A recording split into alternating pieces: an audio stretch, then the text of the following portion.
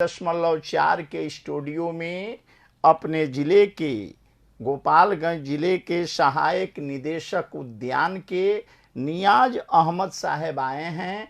हम इनका खैर मकदम करते हैं, स्वागत करते हैं। और गोपालगंज जिले में बिहार सरकार द्वारा उद्यान विभाग के लिए कौन कौन सी योजना चलाई जा रही है उसके बारे में हमारे सहायक निदेशक उद्यान नियाज अहमद जी बताएंगे। तो सर, आपका स्वागत है और बिहार सरकार के योजनाओं के बारे में गोपालगंज की जनता को बताएं। बहुत बहुत धन्यवाद सर, और खासकर रेडियो रिमझिम के सारे टीम को मेरे तरफ से बहुत बहुत धन्यवाद कि मुझे आज ये स्पेशल इंटरव्यू किया गया। मैं आप लोगों का धन्यवाद ज्ञापन करता हूँ। आपने सर उद्यान विभाग से जुड़े हुए योजनाओं के बारे में गोपालगंज के किसान भाई या जनता को बताने के लिए कहा है। सर, मुझे बहुत ही खुशी है, हर्ष है कि मैं आपके इस चैनल के माध्यम से अपने किसान भाइयों को हमारे विभाग के द्वारा चलाए जा रहे योजनाओं के बारे में कुछ जानकारी दे पा रहा हूँ। सबसे पहले सर, उद्यान बहुत लोगों को पता ही नहीं है। जी। तो उद्यान एक्चुअली जो कृषि है, एग्रीकल्चर है, उसी का एक पार्ट है, उसी का एक शाखा है जी। और उद्यान एक्चुअली कहा जाता है वह स्थान जहाँ पे फल, फूलदार या सुंदर वृक्ष के बाग हों, उसी को उद्यान कहा जाता है जी। अब इसमें सब्जी की खेती भी जोड़ दी गई है जी। तो ये उद्यान हो गया। उद्यान विभाग के द्वारा कई तरह की कल्याणकारी योजनाएं किसानों के लिए चलाया जा रहा है, जिसमें किसान अनुदान पे अपना खेती बाड़ी कर सकते हैं।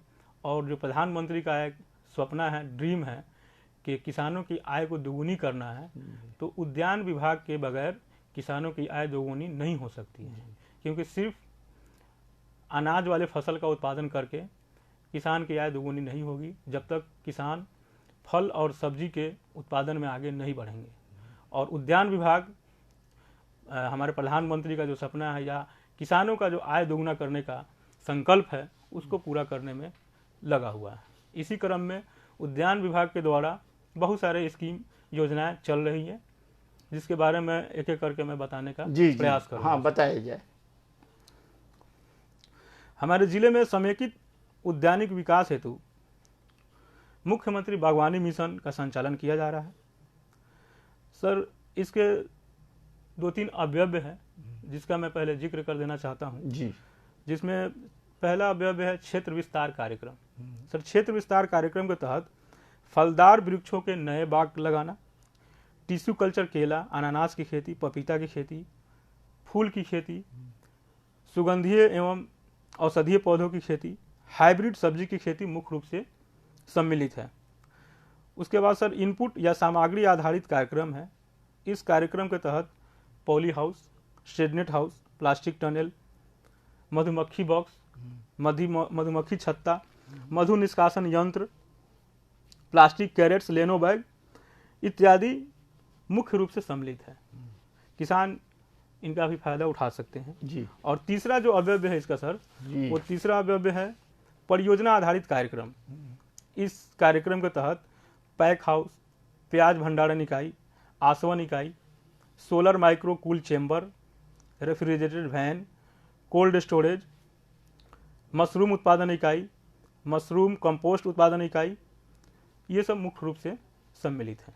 यानी उद्यान विभाग द्वारा इतना कार्य होता है जी। इसके अलावा भी सर एक योजना आप जल जीवन हरियाली जो कि बिहार में शुरू किया गया है, उसको PMKSY जो प्रधानमंत्री कृषि सिंचाई योजना है जी, उससे भी इसको जोड़ा गया है। और प्रधानमंत्री कृषि सिंचाई योजना में जो माइक्रो इरिगेशन यानी कि सूक्ष्म सिंचाई होता है जी, उसमें ड्रिप इरिगेशन और मिनी स्प्रिंकलर इरिगेशन को बढ़ावा दिया गया है। और ये ड्रिप और मिनी स्प्रिंकलर इरिगेशन बहुत ही उन्नत तरीका का टेक्निकली साउंड एक मेथड है, प्रक्रिया है, जिससे कि फार्मर किसान अपने खेतों का सिंचाई करते हैं। और इस पे भी ड्रिप इरिगेशन पे 90% और स्प्रिंकलर पे 75% अनुदान दिया जाता है। तो फार्मर इसका भी उपयोग करके एक तो पानी की बचत होगी जी, दूसरा जो उर्वरक का यूज है वो यूज बढ़ेगा, जी पैदावार बढ़ेगा, जी और खेत जो हमारा दूषित होता है अधिक फर्टिलाइजर और उर्वरक के उपयोग से, जी वो दूषित नहीं होगा, हमारा पानी भी दूषित नहीं होगा। यानी कि हम पर्यावरण को भी सुरक्षित रखते हुए और पैदावार को कम लागत में पैदावार को बढ़ा सकते हैं। अब यह बताया जाए कि कोई किसान जी आम का बगीचा यदि 1 एकड़ लगाना चाहता है या 1 हेक्टेयर लगाना चाहता है, या कोई किसान पपीता और टिश्यू कल्चर केला लगाना चाहता है, तो मेरा प्रश्न है कि यह सब पौधे कहाँ से मिलेंगे और सरकार द्वारा क्या क्या अनुदान दिया जाएगा और कैसे दिया जाएगा, इसके बारे में बताया जाए। जी सर, आपने बहुत अच्छा प्रश्न किया है सर। मैं आपको ये बताते हुए ये खुशी महसूस कर रहा हूँ कि गोपालगंज जिले के लिए इस वर्ष आम के बगीचे लगाने के लिए 25 हेक्टेयर का लक्ष्य प्राप्त है, जी केला के लिए 20 हेक्टेयर का लक्ष्य प्राप्त है और पपीता के लिए 10 हेक्टेयर का लक्ष्य प्राप्त है। जी अब आम के लिए 1 हेक्टेयर में 50,000 रुपये का अनुदान है, 50%। इकाई लागत आम का 1 लाख रुपया है, जी जिसमें 50% अनुदान है, यानी कि 50,000 रुपया। केला में इकाई लागत 1 हेक्टेयर में 1,25,000 रुपया है, केला में भी 50% अनुदान है, जी तो 62,500 का 1 हेक्टेयर में अनुदान मिलेगा किसानों को। और पपीता में भी इकाई लागत 60,000 रुपये है, जिसमें 75% अनुदान प्रस्तावित है। इसमें भी किसान को 1 हेक्टेयर में 45,000 रुपये का अनुदान मिलेगा। आपने सर दूसरा प्रश्न किया है कि ये पौधे कहाँ से मिलेंगे। जी, तो हमारे जिला में जो हमारा प्रखंड में नर्सरी है, उसमें पौधा उत्पादन बहुत दिनों से नहीं हो रहा था जी और इस बार भी चूंकि हम लोग का ज्वाइनिंग, मेरा ज्वाइनिंग स्पेशली इधर का है, जून में हम ज्वाइन किए हैं, जी तो पौधा उत्पादन नर्सरी में नहीं हो पाया है। जी तो अभी centre of excellence Desari Vaishali में जी वैज्ञानिक तरीके से कुशल लोगों के देख रेख में आम का पौधा का उत्पादन और पपीते के पौधा का उत्पादन वहाँ हो रहा है जी और वहीं से हमारे ज़िले को टैग किया गया है उद्यान निदेशालय पटना के द्वारा। तो हम जो किसानों को आम का पौधा या पपीता का पौधा उपलब्ध कराएंगे, वो सेंटर ऑफ एक्सीलेंस से मंगा करके उन्हें दिया जाएगा। अच्छे और स्वस्थ पौधे जी किसानों को उपलब्ध हो पाएगा। किसानों को बाग लगाने के लिए आवेदन करना है जी और आवेदन देने के बाद पौधे का मांग करते हुए समय पे पौधा लेकर के लगवाना है। कोई किसान यदि पपीता का 1 हेक्टेयर नहीं लगा के 5 कट्ठा लगाए, या केला का 10 कट्ठा लगाए, या बगीचा जो है 5 कट्ठा का करे, तो उसका अनुदान का रेशियो क्या होगा, कौन कौन से कागज देने होंगे और कैसे अनुदान की राशि प्राप्त होगी। जी, अब आपने जो बोला कि कोई किसान 5 कट्ठा हाँ। या 10 कट्ठा में लगाना चाहेंगे, जी जी जी तो उद्यान निदेशालय पटना के द्वारा जो एक तय सीमा तय किया गया है, जी उसके अनुसार कम से कम एक किसान को आधा एकड़ में बगीचा लगाने के लिए, जी आधा एकड़ यानी कि वो 12-13 कट्ठा, जी 12-13 कट्ठा जी, भूमि जी। होना चाहिए। जी तो कम से कम आधा एकड़ की भूमि में वो पौधारोपण करेंगे। जी उससे कम अगर भूमि है हाँ हाँ। तो वो योजना उसमें नहीं आ पाएगा। तो पपीता और केला आ सकता पपीता और केला में भी कम से कम आधा एकड़। है, यानी 13 कट्ठा 27 कट्ठा का आधा हुआ। जी हाँ 13-14 कट्ठा। हाँ, माने और उनका जो अनुदान का रेशियो होगा, हाँ। वो 1 हेक्टेयर का जो अनुदान है उसी रेशियो में डिवाइड करते हुए जो उनका अच्छा। बनेगा जी, जी। वो उनको अनुदान मिल जाएगा। अच्छा, तो यदि कोई व्यक्ति केला, पपीता या आम का बगीचा लगाना चाहता है, तो क्या उसका कोई फॉर्मेट है, वो कहाँ मिलेगा, कैसे जी। मिलेगा, इसके बारे में बताया जाए सर। जी, ये एक आवेदन है, आवेदन का फॉर्म है। वो आवेदन का फॉर्म हमारे प्रखंड स्तर पे प्रखंड उद्यान पदाधिकारी के पास उपलब्ध है। किसान चाहे तो ऑनलाइन साइट पे जाके भी आवेदन का फॉर्म डाउनलोड करके जी और उसका हार्ड कॉपी सबमिट कर सकते हैं, हमारे प्रखंड उद्यान पदाधिकारी को दे सकते हैं, जी या उसका सॉफ्ट कॉपी यानी कि ऑनलाइन आवेदन अप्लाई करके जी अब बाद में हार्ड कॉपी भर करके वो जिला उद्यान कार्यालय में ला करके जमा कर सकते हैं। कृषि भवन में जो जी, है वो बहुत ही आसानी से उपलब्ध है जी प्रखंड उद्यान पदाधिकारी के पास भी, और हमारा जो जिला उद्यान कार्यालय जी। गोपालगंज में है वहाँ भी उपलब्ध है। किसान जब चाहें तब आकर के आवेदन का फॉर्म ले सकते हैं। जी उस फॉर्म पे सर किसान का एक फोटो, पासपोर्ट साइज फोटो चाहिए, जी आधार कार्ड चाहिए, जी एक बैंक का अकाउंट चाहिए जी जो आधार से लिंक हो, जी ठीक है। उसके बाद किसान का एक पहचान पत्र चाहिए जिससे यह सुनिश्चित हो कि किसान किसी अमुक जगह का अस्थायी निवासी है, जी वोटर कार्ड, जो भी हो, एक जी। पहचान पत्र जिससे कि पते का पहचान हो सके। जी जी उसके बाद सर जमीन के लिए, जी जमीन अगर किसान के नाम पे खुद स्वयं उसके नाम पे जमीन है जी तो सिर्फ और सिर्फ अद्यतन रसीद चाहिए। जी और अगर भूमि किसान के नाम पे नहीं है, पारिवारिक भूमि है, हाँ बाबा दादा के नाम पे है, जी तो उस स्थिति में भूमि का एलपीसी, भू स्वामित्व प्रमाण पत्र, जो कि अंचल से निर्गत होता है, जी और उसके साथ साथ एक वंशावली चाहिए जी सक्षम पदाधिकारी द्वारा निर्गत किया हुआ, जी जिससे कि यह सुनिश्चित किया जा सके किसान के हिस्से में इतनी जमीन, इतनी भूमि है। जी बस इतना ही कागजात चाहिए। और इसके साथ किसान आवेदन प्रखंड उद्यान पदाधिकारी के पास जमा करें या जिला कृषि जिला उद्यान कार्यालय में आके जमा कर दें। और जमा करने के बाद किसान को पौधा हम लोग उपलब्ध करा देते हैं। एक सर चीज बताए कि ऑनलाइन भी आवेदन करके और उसका जो हार्ड कॉपी है यदि आपके कार्यालय में जमा कर दिया जाए तब भी प्रक्रिया शुरू हो जाएगी। जी जी जी बिल्कुल, ये बात सही है। बिल्कुल सर।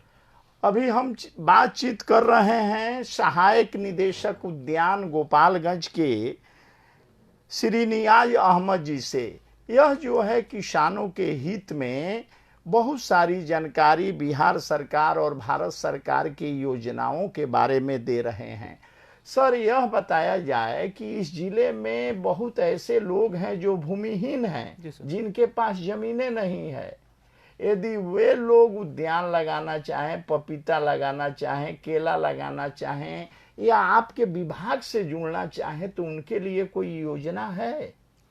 जी सर, आपने बहुत ही अच्छा एक प्रश्न किया है जी। कि भूमिहीन और जो वंचित लोग हैं जी। उनके लिए क्या योजना है। सर जो लोग भूमिहीन हैं या वंचित तबके के लोग हैं जिनके पास अपनी भूमि नहीं है, जोत की भूमि नहीं है, और अगर वो उद्यान से जुड़ना चाहते हैं, उनकी रुचि है जी खेती करने की, फल सब्जी लगाने की, तो एक कंडीशन है, एक शर्त है कि वो जमीन है किसी से लीज पर ले करके, जी लीज पे ले करके और लीज का पेपर उपलब्ध करा करके वो खेती कर सकते हैं। और एक स्कीम हमारे, एक नहीं दो स्कीम है, दो योजना है जो उद्यान विभाग द्वारा चलाया जा रहा है, जो बिल्कुल उन्हीं लोगों के लिए है जो भूमिहीन है, वंचित है, गरीब है, जिनके पास भूमि का कोई रिकॉर्ड नहीं है, उनके लिए, उनके आर्थिक उत्थान के लिए, जिसमें मशरूम का उत्पादन और दूसरा मधुमक्खी पालन, जी ये दोनों योजनाएं जो है इसमें किसी तरह की भूमि की आवश्यकता नहीं है। इसमें सिर्फ और सिर्फ एक प्रशिक्षण का आवश्यकता है, जिसमें जो इच्छुक लोग हैं, जो करना चाहते हैं, वो प्रशिक्षण ले करके, प्रशिक्षण के लिए या तो किसी एनजीओ से ले ले, या आत्मा के द्वारा प्रशिक्षण दिया जाता है वहाँ से ले ले, या हमारा कृषि विज्ञान केंद्र है वहाँ से ले ले, कहीं से भी एक प्रशिक्षण का प्रमाण पत्र के साथ वो आवेदन करेंगे अपने आधार कार्ड के साथ, बैंक के अकाउंट के साथ। भूमि की आवश्यकता नहीं है उसमें। SC ST जो हमारे कम्युनिटी है, माइनॉरिटी है, जी, SC ST के लिए 90% अनुदान है, 90% जी, मशरूम के लिए जी, और इसका आपका मधुमक्खी पालन के लिए भी। अब बाकी जो लोग हैं उनके लिए इसमें मधुमक्खी पालन में 75% अनुदान है, SC ST के लिए 90%, जी जी जी, और मशरूम पालन के लिए सबके लिए 90% का अनुदान जी है। यह चीज बताया जाए, यदि कोई व्यक्ति किसी से जमीन लीज पर, जैसे गांव में चलता है कि गांव का 5 आदमी पंच मिल के 4 ठो रिवेन्यू टिकट लगा के लिख दिए कि हम 5 साल के लिए जमीन लीज पर दे रहे हैं, वैसा कागज आप लोग लेते हैं कि कोर्ट में का रजिस्ट्री कागज लीज वाला लेते हैं? नहीं सर, वो कोर्ट से जो रजिस्ट्री होगा लीगल वे में, अच्छा, वो लीज का पेपर सर, उसी को आप लोग सही मानेंगे। अगला प्रश्न मेरा यह है कि जो 90% अनुदान ST और अनुसूचित जाति के लिए है, माइनॉरिटी के लिए है, तो वह लोग 90% अनुदान के लिए अपना प्रमाण पत्र, आधार कार्ड और बैंक का छाया प्रति लेके इसी तरह देंगे कि कोई फॉर्मेट है कि मशरूम की हम खेती करना चाहते हैं? वही आवेदन है, आवेदन जो उपलब्ध है हमारे ऑनलाइन साइट पे भी, हाँ। और हमारे कार्यालय में भी उसी आवेदन फॉर्म पे वो भर कर हाँ। देंगे। इसमें सर माइनॉरिटी का कोई कंसेप्ट नहीं है, नहीं है। SC ST के लिए है सर। अच्छा, अनुसूचित जाति अनुसूचित जनजाति जनजाति के के लिए लिए जी। तो 90% है। हाँ। और के लिए 75%। 75% मधुमक्खी पालन। तो वह जो है आवेदन प्रमाण पत्र के साथ जी, यदि देते कि हैं, हमने प्रशिक्षण लिया हुआ, प्रशिक्षित हैं कि इसको जी। हम कर सकते हैं। जी जी जी। अच्छा, इसमें महिला पुरुष का भेद नहीं ना है कि महिलाओं के लिए सर 33% आरक्षण है इसमें। अच्छा। जो भी योजनाएं चल रही है जिला में, जी। उसमें महिलाओं के लिए कम से कम 33% का आरक्षण रखा गया है किसी कि भी महिला कम्युनिटी का हो, किसी भी कम्युनिटी का हो, और किसी भी रिलीजन का जी हो। जी, वो महिलाओं के लिए 33% का आरक्षण का व्यवस्था है कि महिला को भी इसमें मुख्य धारा से जोड़ा जाए, आगे बढ़ाया जाए। अच्छा, तो आपके विभाग द्वारा, उद्यान विभाग द्वारा भूमिहीन के लिए मधुमक्खी पालन, मशरूम खेती के लिए भी अनुदान की सुविधा है? बिल्कुल सर। और जो भूमिहीन लीज पर यदि बगीचा लगाना चाहते हैं उनके लिए भी वह सारी सुविधाएं उपलब्ध है, जो एक भूमि युक्त किसान के लिए। गोपालगंज जिले में सर 14 प्रखंड है। क्या आपके 14 प्रखंड में प्रखंड उद्यान पदाधिकारी हैं? जी, अभी हमारे 5 उद्यान पदाधिकारी हैं। कहाँ कहाँ? पंचदेवड़ी 1, भोरे 2, गोपालगंज 3, कुचायकोट 4 और उचका गांव 5, जो कि 5 वो परमानेंट है। जी। ठीक है। अब बाकी के जो 9 हैं जी। वो या तो ATM है, यानी कि असिस्टेंट टेक्नोलॉजी मैनेजर, और या तो BTM है, ब्लॉक टेक्नोलॉजी मैनेजर। उनको प्रभार दिया हुआ है, तो वो भी BHO के प्रभार में हैं। तो बाकी के 9 प्रखंड जो है वहां भी आपको BHO मिलेंगे, यानी ब्लॉक हॉर्टिकल्चर अफसर जी, प्रभार दिया हुआ है, यानी प्रभारी उद्यान पदाधिकारी वे लोग मिल जाएंगे। बिल्कुल मिल जाएंगे। यदि किसी किसान को, किसी आम आदमी को आपके विभाग में यह अनुदान लेने में, फार्म लेने में तकलीफ होता है प्रखंड स्तर पर, पंचायत स्तर पर, तो वह अपनी बातों को कहाँ रखेगा? सर, मैं आपके माध्यम से, आपके रेडियो रिमझिम के माध्यम से मैं किसान भाइयों को अभी अपना जिला उद्यान कार्यालय का जो ऑफिशियल नंबर है वो नंबर मैं शेयर करना चाहता हूं। किसान भाई 24 घंटा जब चाहे तब उस नंबर पे कॉल करके, वो नंबर मेरे पास रहता है जी, उस नंबर पे कॉल करके अपनी समस्याएं रख सकते हैं। किसी तरह का कोई जानकारी लेना चाहे, इंक्वायरी है, वो ले सकते हैं जी। मैं आपके माध्यम से अभी ये नंबर शेयर करना चाहता हूँ जी, बोला जाए। नंबर है सर 94 318 18 976। एक बार मैं फिर से दोहरा देता हूँ सर, 94 318 18 976। हम बातचीत कर रहे हैं सहायक निदेशक उद्यान श्री नियाज अहमद जी से, जो गोपालगंज के सहायक निदेशक उद्यान हैं, और बिहार सरकार द्वारा, भारत सरकार द्वारा बहुत सारी योजनाएं किसानों के लिए चल रही है, उसके बारे में विस्तार से जानकारी दे रहे हैं। सर, वो जो आपने और योजना के बारे में बताया, जो सिंचाई की योजना है, जी। उसके बारे में थोड़ा और विस्तार से बताया जाए। सर, सिंचाई का योजना का नाम है PMKSY, प्रधानमंत्री कृषि सिंचाई योजना। इसके सर 2 अवयव हैं। एक है ड्रिप इरिगेशन, जिसको टपक सिंचाई पद्धति कहा जाता है। उसमें पानी जो है वो पौधे के जड़ में बूंद बूंद करके पाइप के द्वारा जाता है। ये जो सिंचाई पद्धति है जी, ये मुख्यतः इजराइल से लिया गया है। अच्छा। इजराइल का अपना टेक्नोलॉजी है, और इजराइल से आज अनेकों देश इसको अपना रहे हैं। भारत में भी इसको अपनाया गया है, और बिहार सरकार जल जीवन हरियाली स्कीम को भी इसमें जोड़ दिया गया है जी। और इस पे सरकार का बहुत ही जोड़ है कि इसको किसानों के बीच ले जाया जाए, क्योंकि इसमें सर किसान को सिंचाई से जुड़ा हुआ जो भी समस्या है उसका निदान है सर इसमें। यानी एक साथ फ्लो पानी नहीं जाके बूंद बूंद पानी पौधे के जड़ पर गिरता रहेगा। हाँ। तो इसको यदि कोई किसान लेना चाहे, इस योजना में भाग लेना चाहे, तो वह कैसे भाग लेगा? इसका फॉर्मेट कहाँ मिलेगा? थोड़ा विस्तार से बताइए। जी सर, इसका फॉर्मेट भी हमारे प्रखंड उद्यान पदाधिकारी के पास मौजूद है, उपलब्ध है, या फिर किसान चाहे तो जिला उद्यान कार्यालय में संपर्क करके वहाँ से भी आवेदन का फॉर्मेट ले सकते हैं और ये ऑनलाइन अप्लाई किया जाएगा। ऑनलाइन अप्लाई करने के लिए मैं साइट यहाँ से आपके माध्यम से बताना चाहूँगा किसान भाइयों को। ऑनलाइन अगर किसान भाई आवेदन करना चाहते हैं तो आप साइट लिख लें horticulture.bihar.gov.in। मैं एक बार फिर से साइट का ये बोल देता हूँ एड्रेस कि horticulture.bihar.gov.in। इस साइट पे जाके ऑनलाइन अप्लाई कर सकते हैं। PMKSY में ऑनलाइन ही अप्लाई होता है जी। और ऑनलाइन अप्लाई होने के बाद वो हमारे प्रखंड उद्यान पदाधिकारी जो BHO हैं उनके लॉगिन पे जाता है।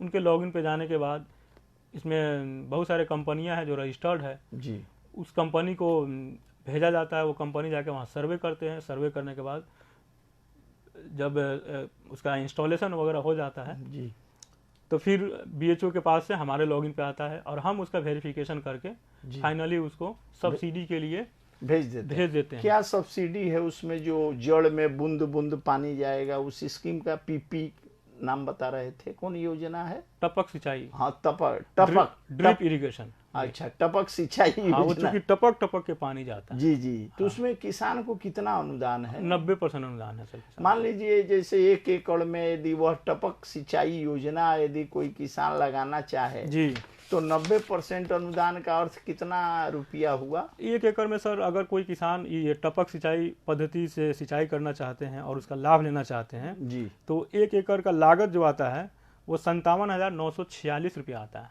जी। और उसमें 90% अगर सब्सिडी मिलेगा तो किसान का अनुदान जो बनेगा वो 52,151 रुपया बनेगा जी।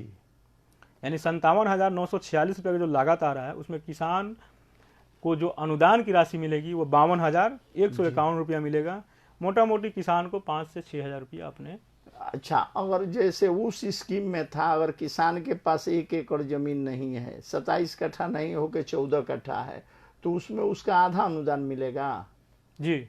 माने जैसे जैसे जमीन का रेशियो, जिस रेशियो में जमीन घटेगा अनुदान उसी रेशियो में एडजस्ट होगा। अच्छा, और दूसरा ये सिंचाई योजना सर और मिनी स्प्रिंकलर। हाँ, अब हम सर बताना चाहेंगे कि ये ड्रिप इरिगेशन कौन से फसल के लिए उपयुक्त है। जी जी, ये किसान भाइयों को बताना जरूरी है। हाँ, एकदम। तो ड्रिप सिंचाई जो है वो पपीता, केला यानी कि वाइड स्पेसिंग में जो पौधे लगते हैं, ज्यादा दूरी पे जो पौधे लगते हैं उसके लिए ज्यादा उपयुक्त है। तो पपीता हो गया, केला, आम, लीची, अमरूद, सब्जी, अनार, गन्ना, लतीदार फसल, अनानास, प्याज।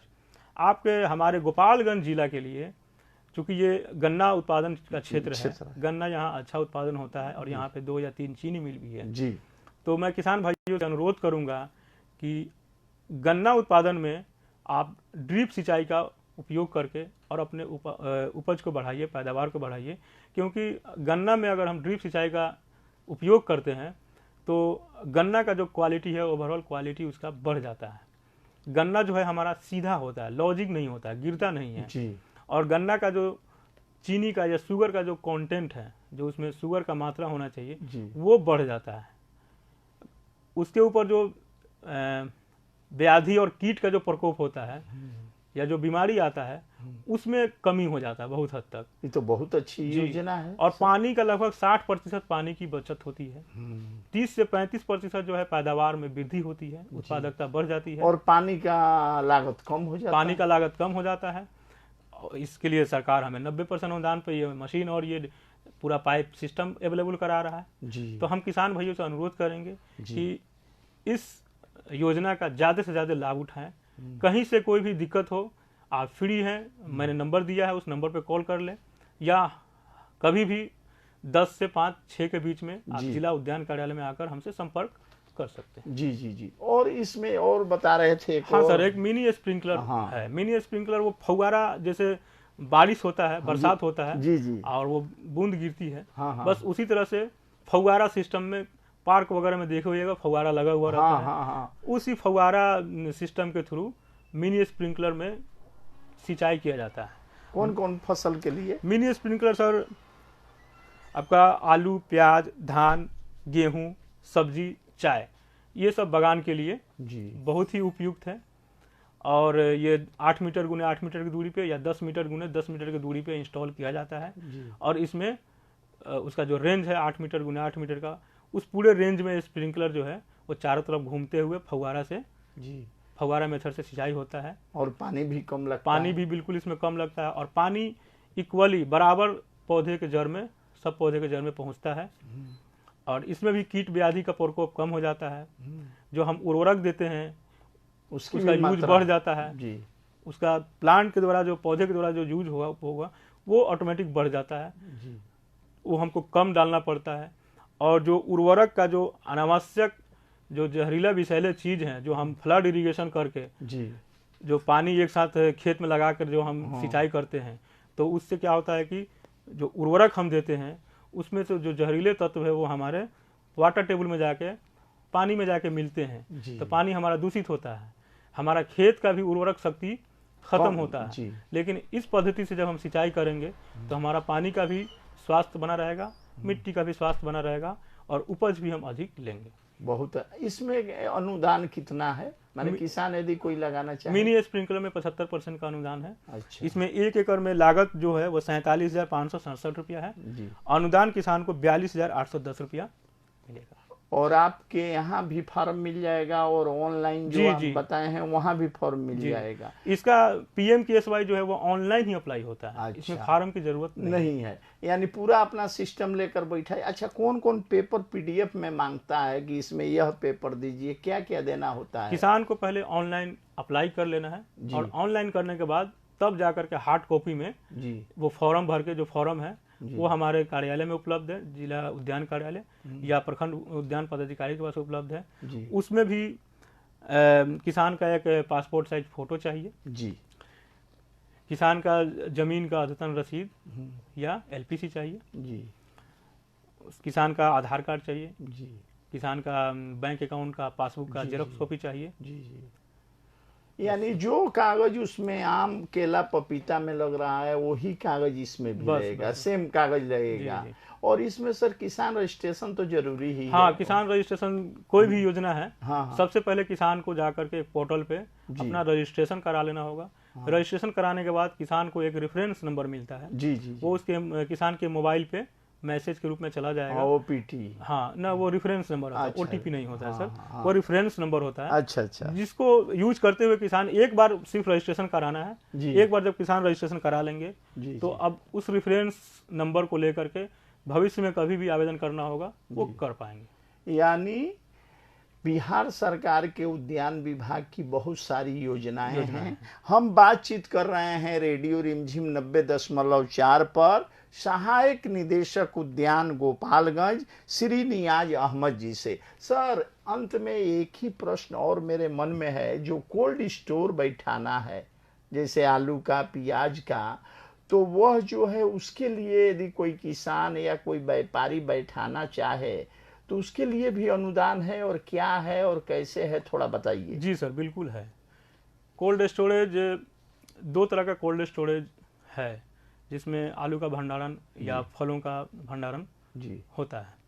कोल्ड स्टोरेज टाइप 1 जो कि 4 करोड़ का लागत है, उसमें 4 करोड़ रुपये जी 4 करोड़ का लागत है। जी उसमें 40% अनुदान है, 1 करोड़ 40 लाख का अनुदान है। जी और ये क्रेडिट लिंक एक स्कीम है, इसमें बैंक से लोन लेकर के जी इस योजना को पूर्ण किया जाएगा। जी टाइप 2 एक है जिसमें 5 करोड़ का लागत है, जी 35% उसमें अनुदान है। 35% जी 1 करोड़ 70 लाख से 5, हाँ 1 करोड़ 70 लाख का उसमें अनुदान है। जी जी और उसमें भी क्रेडिट लिंक है, बैंक से ऋण लेना पड़ेगा।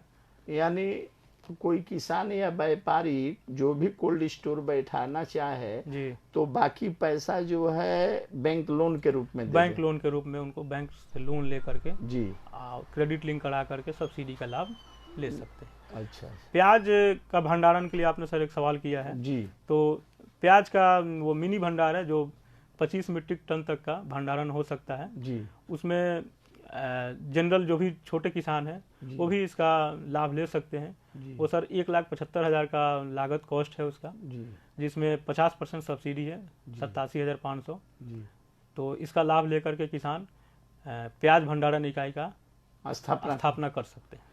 सर, भी जून 2020 में गोपालगंज में सहायक निदेशक उद्यान के पद पर ज्वाइनिंग किए हैं अभी इनके काम करने का रफ्तार जो है काफ़ी तेज है और रेडियो रिमझिम 90.4 ने सोचा कि इनके योजनाओं के बारे में जन जन तक पहुंचाया जाए। तो अगले बार जब सर को हम लेकर आएंगे तो डायरेक्ट कॉलिंग यानी फ़ोन के कार्यक्रम के माध्यम से कॉल भी लिया जाएगा, सर उसका जवाब भी देंगे और योजना के बारे में जानकारी देंगे।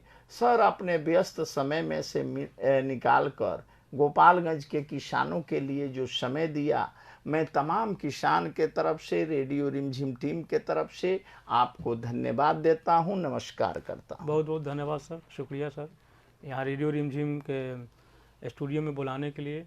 और हम अपना सौभाग्य समझते हैं कि हमने अपना समय यहाँ अच्छे जगह पर दिया और मैं ये आशा और उम्मीद करता हूँ कि आपने जो ये कार्यक्रम रखा है इससे किसान भाई लाभान्वित होंगे और हमारा जो भी योजना चल रहा है विभाग के द्वारा उसका ज़्यादा से ज़्यादा वो लाभ उठा पाएंगे। जी धन्यवाद, नमस्कार।